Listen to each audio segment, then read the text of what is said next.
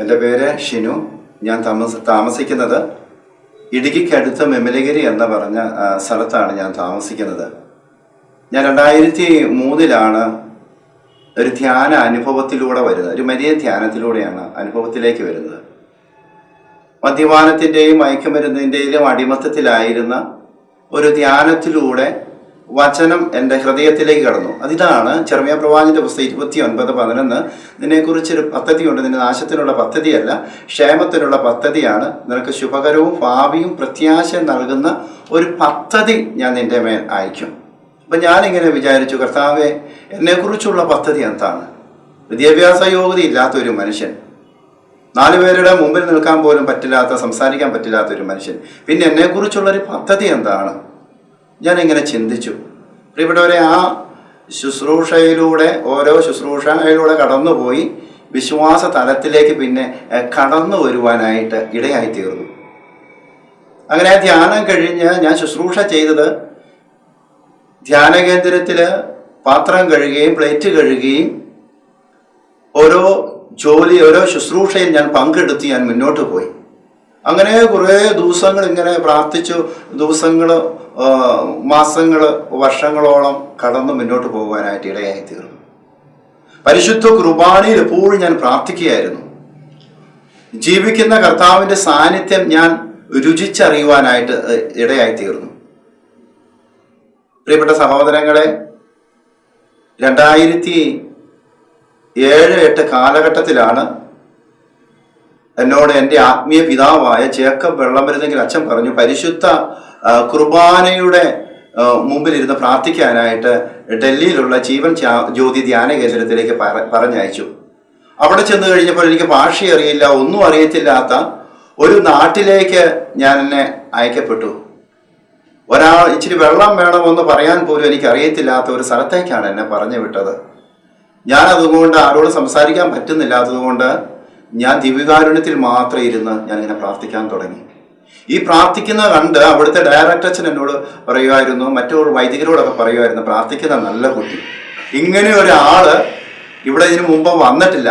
സത്യത്തിൽ അച്ഛന് അബദ്ധം പറ്റിപ്പോയതാണ്. കാരണം ഭാഷ അറിയത്തില്ലാത്തത് കൊണ്ടാണ് ഞാൻ പരിശുദ്ധ കുർബാനയുടെ മുമ്പിൽ ഇരിക്കുന്നത്. വിദ്യാഭ്യാസമില്ല, പഠിപ്പില്ല, ഒന്നും അറിയത്തില്ലാത്തത് കൊണ്ട് ഞാൻ ആരോടും മുമ്പിൽ ഞാൻ ഇരിക്കാറില്ല, ആരോട് സംസാരിക്കാറില്ല. ഈശോയുടെ മുമ്പിൽ മാത്രം ഞാൻ അവിടെ ഇരുന്ന് പ്രാർത്ഥിക്കുമായിരുന്നു. അങ്ങനെ ഇരിക്കുമ്പോൾ ഈ അച്ഛൻ എന്നോട് പറയുകയാണ്, ഇവിടെ വലിയൊരു കൺവെൻഷൻ നടക്കുന്നുണ്ട്, ആ കൺവെൻഷനിൽ ജപമാല ചൊല്ലി പ്രാർത്ഥിക്കണമെന്ന് അച്ഛൻ എന്നോട് പറഞ്ഞു. ഞാൻ പറഞ്ഞു, അച്ഛൻ എനിക്ക് ഭാഷ അറിയില്ല, വിദ്യാഭ്യാസ യോഗ്യതയില്ല, ഒന്നും അറിയത്തില്ല, എനിക്ക് എല്ലാവരുടെ കൂട്ടി ഒരു 50 മാർക്ക് പോലും ഇല്ലാത്ത ഒരു മനുഷ്യനാണ്, പഠിക്കാൻ ഏറ്റവും താഴെയുള്ള ഒരു മനുഷ്യനായിരുന്നു ഞാൻ. എന്നെ ഏറ്റവും ബെഞ്ചിൻ്റെ പുറകിലായിരുന്നു എന്നെ ടീച്ചേഴ്സ് തന്നെ ഇരുത്തുന്നത്. അത്രയും പഠിക്കില്ലാത്ത ഒരു മനുഷ്യന് എങ്ങനെയാണ് ഹിന്ദിയിൽ സംസാരിക്കുന്നത്? അച്ഛൻ പറയുകയാണ്, പരിശുദ്ധ കുർബാന കഴിഞ്ഞതിന് ശേഷം ഞാൻ ഈശോ എന്നോട് ഇങ്ങനെ സംസാരിച്ചു, ഷിനുവിനെ കൊണ്ട് ജപമാല ചൊല്ലി പ്രാർത്ഥിക്കണമെന്ന്. പ്രിയപ്പെട്ടവരെ, ഈ വൈദികന്റെ വാക്ക് ഞാൻ ഹൃദയത്തിൽ ഏറ്റെടുത്തു. കാരണം പരിശുദ്ധ കുർബാനയിൽ ദൈവിക ജീവൻ വരണമെങ്കിൽ വൈദികൻ പറഞ്ഞാൽ അത് അങ്ങനെ സംഭവിക്കുള്ളൂ. എന്നാൽ ഈ വാക്ക് ദൈവിക സ്വരമാക്കി ഞാൻ ഇങ്ങനെ മാറ്റി.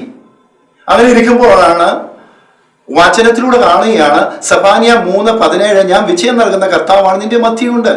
യോഹന്നാൻ 14:26, ഞാൻ അയക്കുന്ന സഹായകനായ പരിശുദ്ധാത്മാവ്, എല്ലാ കാര്യങ്ങളും പഠിപ്പിക്കുന്ന പരിശുദ്ധാത്മാവ്. ഞാൻ 9:4, അങ്ങയുടെ സിംഹാസനത്തിൽ ജ്ഞാനം നൽകണമേ. പരിശുദ്ധാത്മാവ് നിന്റെ മേൽ വന്നു കഴിയുമ്പോൾ നിങ്ങൾ ശക്തി പ്രാപിക്കും. ഈ വചനം ഹൃദയത്തിൽ അഭിഷേകമാക്കി ഞാൻ പ്രാർത്ഥന ഉയർന്നു. കൺവെൻഷൻ സമയമായി. ഓരോ ദിവസങ്ങളും ഞാൻ ഇങ്ങനെ വചനം പറഞ്ഞുകൊണ്ട് ഞാനിങ്ങനെ പ്രാർത്ഥിക്കാൻ തുടങ്ങി. സഹോദരങ്ങളെ, ഹൃദയത്തിൽ ഭയങ്കര ഭയമുണ്ടായിരുന്നു, പേടിയുണ്ടായിരുന്നു. അതൊന്നും നോക്കാതെ ഹൃദയത്തിൽ വചനം ഉരുവിട്ട് ഞാൻ പ്രാർത്ഥിക്കാൻ തുടങ്ങി. കൺവെൻഷൻ സമയമായി. നോർത്ത് ഇന്ത്യൻകാരി ഒരു പെൺകുട്ടിയും ഞാനുമായിട്ട് ജപമാല ചെല്ലുവാനായിട്ട് സ്റ്റേജിലേക്ക് കടന്നു വന്നു. ഒരു മലയാളത്തിന്റെ പുസ്തകം പിടിച്ചാണ് ഞാൻ വരുന്നത്. ഞാൻ പരിശുദ്ധാത്മാവെ എന്നെ ഒന്ന് സഹായിക്കണമേ, പരിശുദ്ധാത്മാവെ ശക്തിപ്പെടുത്തണമേ.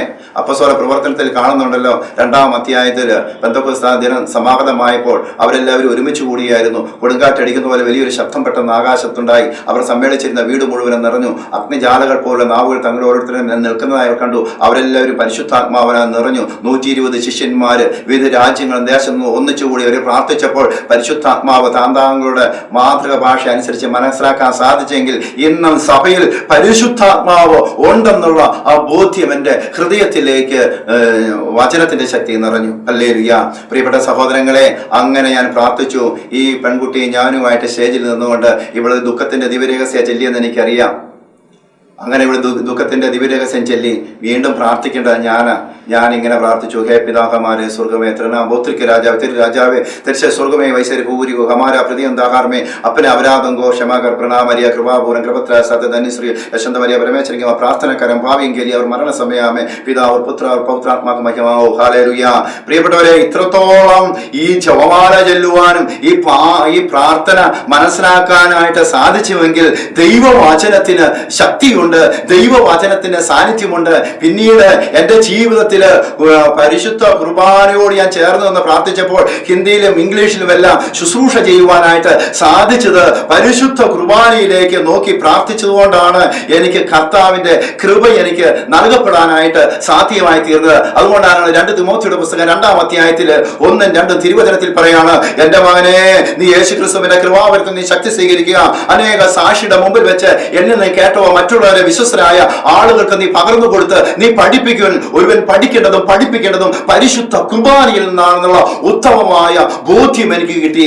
ഇന്ന് ലോകത്തിന്റെ പല സ്ഥലങ്ങളിലൂടെയും ഓൺലൈനിലൂടെയും മറ്റ് സ്ഥലങ്ങളുടെയും മറ്റ് സംസ്ഥാനങ്ങളുടെയും എല്ലാം കർത്താവിന്റെ വചനം എനിക്കിന്ന് പ്രഘോഷിക്കപ്പെടുവാനായിട്ട് ഇടയായി തീർന്നത് പരിശുദ്ധ കുർബാനയിലേക്ക് നോക്കി പ്രാർത്ഥിച്ചപ്പോൾ 33 വയസ്സുള്ള യേശുവിനെ കണ്ടുകൊണ്ട് ഹൃദയത്തിൽ വിശ്വസിച്ചുകൊണ്ട് പ്രാർത്ഥിച്ചുകൊണ്ടാണ് ഇന്ന് ആയിരക്കണക്കിന് ദൈവത്തിന്റെ വചനം ഇന്ന് എന്റെ ഹൃദയത്തിലേക്ക് നിറയപ്പെടുവാനായിട്ട് സാധ്യമായി തീർന്നത് ആ പരിശുദ്ധ കുർബാനയോട് ചേർന്ന് പ്രാർത്ഥിച്ചപ്പോഴാണ്. പലതരം ഉയർത്തി പറഞ്ഞേ ഹല്ലേലൂയ. ഈ ഒരു അഭിഷേകം ഇപ്പോൾ കർത്താവ് എന്റെ മേൽ ചൊരിയപ്പെടുകയാണ്.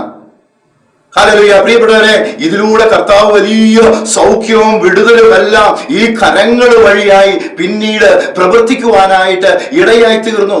ഒത്തിരിയേറെ ആളുകൾക്ക് വിടുതലും സൗഖ്യവും തമ്പുരാൻ എന്നിലൂടെ നിറയപ്പെടുവാനായിട്ട് ഇടയായി തീർന്നു. പ്രിയപ്പെട്ടവരെ, ഈ ശുശ്രൂഷയിലൂടെ കടന്നുപോയപ്പോഴാണ് എൻ്റെ ജീവിതത്തിൽ വലിയ ഒരു ദുരന്ത കടലിലൂടെ എൻ്റെ കുടുംബം മുന്നോട്ട് പോകേണ്ട ഒരു അവസ്ഥ വന്നത്. എന്റെ ചേട്ടൻ 2018 ഓഗസ്റ്റ് മാസം 22-ാം തീയതി തൃശ്ശൂർ ഒല്ലൂരിൽ വെച്ച് ഒരു വാഹന അപകടം ഉണ്ടാവുകയാണ്. ഒരു തമിഴ്നാട്ടിൽ നിന്ന് വന്ന ഒരു ലോറി ഓട്ടോറിക്ഷയിൽ ഇടിച്ചിട്ട് കാനയ്ക്കകത്തേക്ക് തള്ളിയിട്ടു. പ്രിയപ്പെട്ടവരെ, ഞാൻ ഈ വാർത്ത അറിഞ്ഞ് തൃശ്ശൂർ മെഡിക്കൽ കോളേജിലേക്ക് ഞാൻ കടന്നു ചെല്ലുന്നു. ഡോക്ടറെ കണ്ടു. ഡോക്ടർ പറഞ്ഞു ആള് മരിക്കാനുള്ള സാധ്യതകളെല്ലാം ഉണ്ട്. കാരണം എന്ന് വെച്ച് കഴിഞ്ഞാൽ ജീവനില്ല. കാരണം കൈപ്പ കരുള ചതഞ്ഞുപോയി, വാര്യസ്ഥി ഒടിഞ്ഞുപോയി, തോളിൽ ഒടിഞ്ഞുപോയി, ഇങ്ങനെ ശവം പോലെ കിടക്കുന്ന ഒരു മനുഷ്യൻ. ഞാൻ അപ്പുറത്തേക്ക് ഇറങ്ങി, മെഡിക്കൽ കോളേജിന്റെ ഫ്രണ്ടിലേക്ക് ഇറങ്ങി, ആകാശത്തേക്ക് നോക്കി, കരമുയർത്തിയിട്ട് പറഞ്ഞു, കർത്താവേ എന്ന് പറഞ്ഞു. ഒറ്റ വിളിയാണ് വിളിച്ചത്. പ്രിയപ്പെട്ടവരെ, അങ്ങനെ ഞാൻ പ്രാർത്ഥിച്ചുകൊണ്ട് മുന്നോട്ട് പോയി. 118-ാം സങ്കീർത്തനം 16-17, ഞാൻ മരിക്കുകയില്ല, ഞാൻ ജീവിക്കും, ഞാൻ കർത്താവിന്റെ പ്രവൃത്തികളെ ഞാനത് പ്രഘോഷിക്കും, ഈ വചനത്തിന്റെ ശക്തിയാൽ ഈ മകന് ദൈവിക ജീവൻ വരണമേ എന്ന് പറഞ്ഞുകൊണ്ട് പ്രിയപ്പെട്ടവരെ ഓരോ ദിവസവും തമ്പുരാന് മുമ്പിൽ ഇരുന്ന് പ്രാർത്ഥിക്കുകയും ഈ മകന് വേണ്ടി ഞാൻ പ്രാർത്ഥിക്കുകയും ചെയ്തു. അങ്ങനെ അസ്ഥികളോ ഒടിഞ്ഞു നുറുങ്ങിയ മനുഷ്യനെ ശുശ്രൂഷിച്ചുകൊണ്ട് ഞാൻ മുന്നോട്ട് പോയി. 3 ആഴ്ചയോളം തൃശ്ശൂർ മെഡിക്കൽ കോളേജിൽ കിടക്കാനായിട്ട് ഇടയായി തീർന്നു. അങ്ങനെ എൻ്റെ കൂട്ടുകാര്, എൻ്റെ വൈദികര് എല്ലാവരും പ്രാർത്ഥിക്കുന്നുണ്ട്. അപ്പൊ എൻ്റെ സുഹൃത്തുക്കളും അച്ഛന്മാരും ഒക്കെ വിളിച്ചിട്ട് പറഞ്ഞു, ഷിനുവെ പ്രാർത്ഥിക്കാൻ പറഞ്ഞു. ഷിനു പ്രാർത്ഥിക്കുമ്പോൾ ഷിനുവിന്റെ കരങ്ങൾ വഴിയായി കർത്താവ് അത്ഭുതം പ്രവർത്തിക്കും. പ്രിയപ്പെട്ടവരെ, ഞാൻ ഇങ്ങനെ പ്രാർത്ഥിച്ചു. എസെക്കിയേൽ പ്രവചനം 37, ഒരു പ്രവാചകനെ അസ്ഥിയുടെ താഴ്വരയിലേക്ക് വിളിച്ചുകൊണ്ട് വന്നിട്ട് പ്രവാചകനോട് പറഞ്ഞു, പ്രവാചക പ്രവചിക്കാൻ പറഞ്ഞു. ഈ പ്രവാചകൻ പ്രവചിച്ചപ്പോൾ ഒരു കിരുകിര ശബ്ദമുണ്ടായി. ഇതാ വേർപെട്ടു പോയ അസ്ഥികൾ തമ്മിൽ യോജിച്ചു. ഇതാ മച്ചിയും മാംസവും ഞരമ്പും ചർമ്മവും അവയെ പൊതിഞ്ഞു. പ്രാണനുണ്ടായി, ജീവനുണ്ടായി. ഈ വചനത്തിന്റെ ശക്തിയാൽ ഒടിഞ്ഞ അസ്ഥികള് യേശുക്രിസ്തുവിന്റെ നാമത്തിൽ ഇപ്പോൾ കൂടിച്ചേരണം. ഇത് പ്രവാചക ശബ്ദത്തോടെയാണ് പ്രാർത്ഥിക്കുന്നത്. കർത്താവേ, അസ്ഥികൾ ജീവൻ പ്രാപിക്കണമേ. എസെക്കിയേൽ 3:24, ആത്മാവിൽ പ്രവേശിച്ചപ്പോൾ എഴുന്നേൽപ്പിച്ചു നിർത്തി. ഈ വചനത്തിന്റെ ശക്തിയാല് ഈ ഒടിഞ്ഞ അസ്ഥികള് യേശുവിന്റെ നാമത്തിൽ ഇപ്പോൾ കൂടിച്ചേരണമേ എന്ന് പറഞ്ഞുകൊണ്ട് ഞാൻ പ്രാർത്ഥിക്കാൻ തുടങ്ങി. പ്രിയപ്പെട്ട സഹോദരങ്ങളെ, ഇത് കഴിഞ്ഞതിന് ശേഷം ഡോക്ടർ എന്നോട് പറഞ്ഞു, ഇപ്പൊ എക്സ്റേ എടുക്കാൻ പറഞ്ഞു. എക്സ്റേ എടുക്കാനായിട്ട് പറഞ്ഞു. ഞാൻ അമ്മയും കൂടി എക്സ്റേ എടുക്കാനായിട്ട് ചെന്നു. എക്സ്റേ എടുത്തോണ്ട് വന്നു. ഡോക്ടറെ കാണിച്ചു. ഡോക്ടർ നോക്കിയപ്പോൾ പറഞ്ഞു, ഈ അസ്ഥികളൊക്കെ കൂടിച്ചേർന്നിരിക്കുന്നു. ഇതിങ്ങനെ സംഭവിക്കാനായിട്ട് പറ്റില്ല. കാരണം അസ്ഥി കത്തിക്കൂടണമെങ്കിൽ 90 ദിവസം വേണം മെഡിക്കൽ സയൻസിൽ.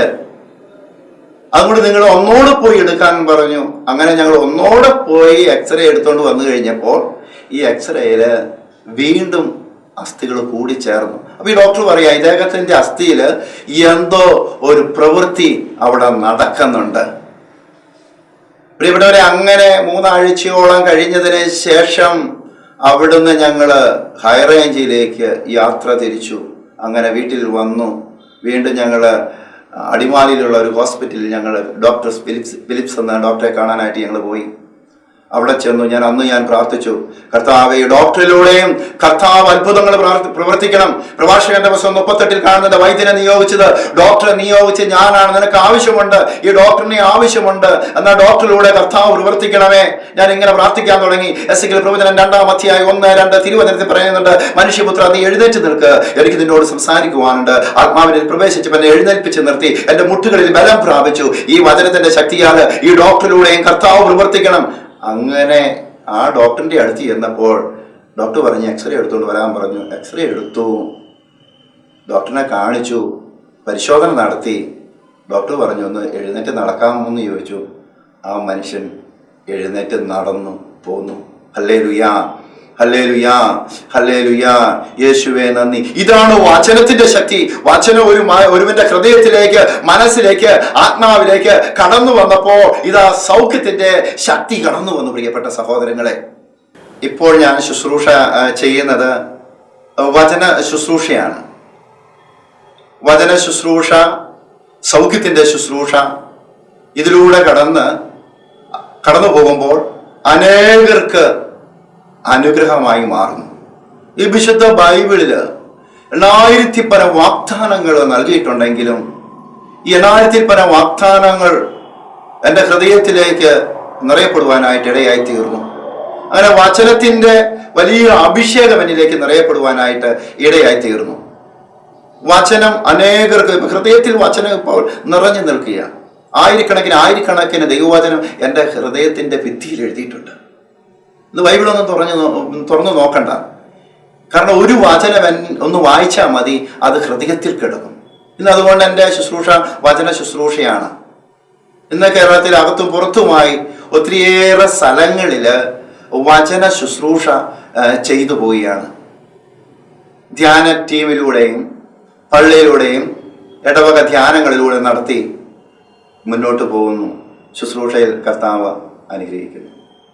പിന്നീട് എൻ്റെ ശുശ്രൂഷയിൽ നിരവധിയായ ആളുകൾ, ഒടിഞ്ഞതും പൊടിഞ്ഞതുമായ രോഗത്തിന്റെ അവസ്ഥയിലൂടെ കടന്നു വന്ന ആളുകൾ ഇതാ എഴുന്നേറ്റ് പോകുവാനായിട്ട് ദൈവം ഇടവരുത്തിയത് ഈ ശുശ്രൂഷയിലൂടെ കടന്നുപോയപ്പോൾ അനേകരുടെ ജീവിതത്തിൽ ഇന്നും കർത്താവ് പ്രവർത്തിക്കുകയാണ്. തളർവാദ രോഗികള്, കിടപ്പ് രോഗികള്, അനേക ആളുകള് ഇന്ന് ധ്യാനത്തിനായിട്ട് കടന്നു വരുമ്പോൾ അവർക്കൊക്കെ സൗഖ്യവും വിടുതലുമെല്ലാം എൻ്റെ ശുശ്രൂഷയിലൂടെ കർത്താവ് ചെയ്യുവാനായിട്ട് ഇടയായി തീർന്നു. യേശുവേ നന്ദി, യേശുവേ സ്തുതി. ഇന്നിപ്പോൾ ശുശ്രൂഷയിൽ ഞാൻ നിരന്തരം കർത്താവിൻ്റെ ശുശ്രൂഷയിലാണ്. വളരെ സന്തോഷകരമായ ഒരു ജീവിതം നയിച്ച് മുന്നോട്ട് പോകുന്നു. ശുശ്രൂഷയിൽ മുന്നോട്ട് പോകുന്നു. 2 വർഷം കഴിഞ്ഞതിന് ശേഷമാണ് കുഞ്ഞ് ജനിക്കുന്നത്. അപ്പം ഞാൻ ഈ കുഞ്ഞിന് വേണ്ടിയിട്ട് എപ്പോഴും പ്രാർത്ഥിക്കുമായിരുന്നു. അങ്ങനെ കുഞ്ഞിന് വേണ്ടി ഞാൻ പ്രാർത്ഥിച്ച് കഴിഞ്ഞതിന് ശേഷം ഞങ്ങൾ കൈകോർത്ത് പ്രാർത്ഥിക്കുമായിരുന്നു രാത്രിയുടെ യാമങ്ങളിലിരുന്ന്. കുഞ്ഞ് ഇങ്ങനെ വളർന്നു വന്നു. 2-3 വയസ്സ് പ്രായമായപ്പോൾ ഇതിന് കുഞ്ഞ് സംസാരിക്കുന്നില്ല. വളരെ നിരാശയായി. ഒരിക്കലും ഞാൻ പള്ളിയിൽ കഴിഞ്ഞ് വീട്ടിലേക്ക് വരുമ്പോൾ ഞാനും ഒരു ബ്രദറോടെ കൂടി നടന്ന് വീട്ടിലേക്ക് വരിക. അപ്പം ഞാൻ ഈ കൊച്ചിൻ്റെ കാര്യമൊക്കെ പറഞ്ഞു കഴിഞ്ഞപ്പോൾ ഈ ബ്രദർ എന്നോട് പറയുകയാണ്, ഈ സഹോദരൻ എന്നോട് പറയുകയാണ്, ബ്രദർ പ്രാർത്ഥിക്കുക, ഈ കുഞ്ഞിൻ്റെ നാവിൻ്റെ എല്ലാ കെട്ടുകളും അഴിയും. അപ്പം ഉള്ളിലുള്ളത് പരിശുദ്ധ കുർബാനയാണ്. ജീവിക്കുന്ന കർത്താവാണ് എൻ്റെ ഉള്ളിലുള്ള ബോധ്യം എനിക്ക് കിട്ടി. ഞാൻ അങ്ങനെ പ്രാർത്ഥിച്ചു, കർത്താവെ, കുഞ്ഞിന്റെ നാവിന്റെ കെട്ടുകള് യേശുവിന്റെ നാമത്തിൽ ഇപ്പോൾ അഴിയട്ടെ എന്ന് ഞാൻ പ്രാർത്ഥിക്കുന്നു. 81-ാം സങ്കീർത്തനം 10-ാം വചനം, നീ വാതുറക്കുക, ഈ വചനത്തിന്റെ ശക്തിയാല് ഈ നാവിന്റെ കെട്ടുകള് യേശു നാമത്തിൽ അഴിയണമേ എന്ന് പറഞ്ഞുകൊണ്ട് ഞാൻ ഈ കുഞ്ഞിന് വേണ്ടി ഞാൻ പ്രാർത്ഥിച്ചപ്പോൾ പ്രിയപ്പെട്ട സഹോദരങ്ങളെ, പിന്നീട് ഈ കുഞ്ഞ് സംസാരിച്ചത് ഹല്ലേലൂയ. അന്ന് ഈ കുഞ്ഞിന്റെ നാവുകള് തുറക്കപ്പെട്ടു. ഇന്ന് ആ കുഞ്ഞ് കിടക്കാൻ നേരത്തും 5 വയസ്സുണ്ട്. കിടക്കാൻ നേരത്തെ കുഞ്ഞൊരു വചനം പറയും. 3-ാം സങ്കീർത്തനം 5-ാം വചനം, ഞാൻ ശാന്തമായിട്ട് ഞാൻ കിടന്നുറങ്ങുന്നു, ഞാൻ എന്നാ ഉറങ്ങുന്നത് കർത്താവിന്റെ കരങ്ങളിലാണ്. യെശയ്യാ 54:13 സ്കൂളിൽ പോകുമ്പോൾ പറയും. യെശയ്യാ 54:13 കർത്താവ് എന്റെ പുത്രരെ പഠിപ്പിക്കും, ശ്രേയസ് ആർജിക്കും. ഈ 2 വചനവും പറഞ്ഞാണ് ഈ കുഞ്ഞിന്ന് ജീവിക്കുന്നത്.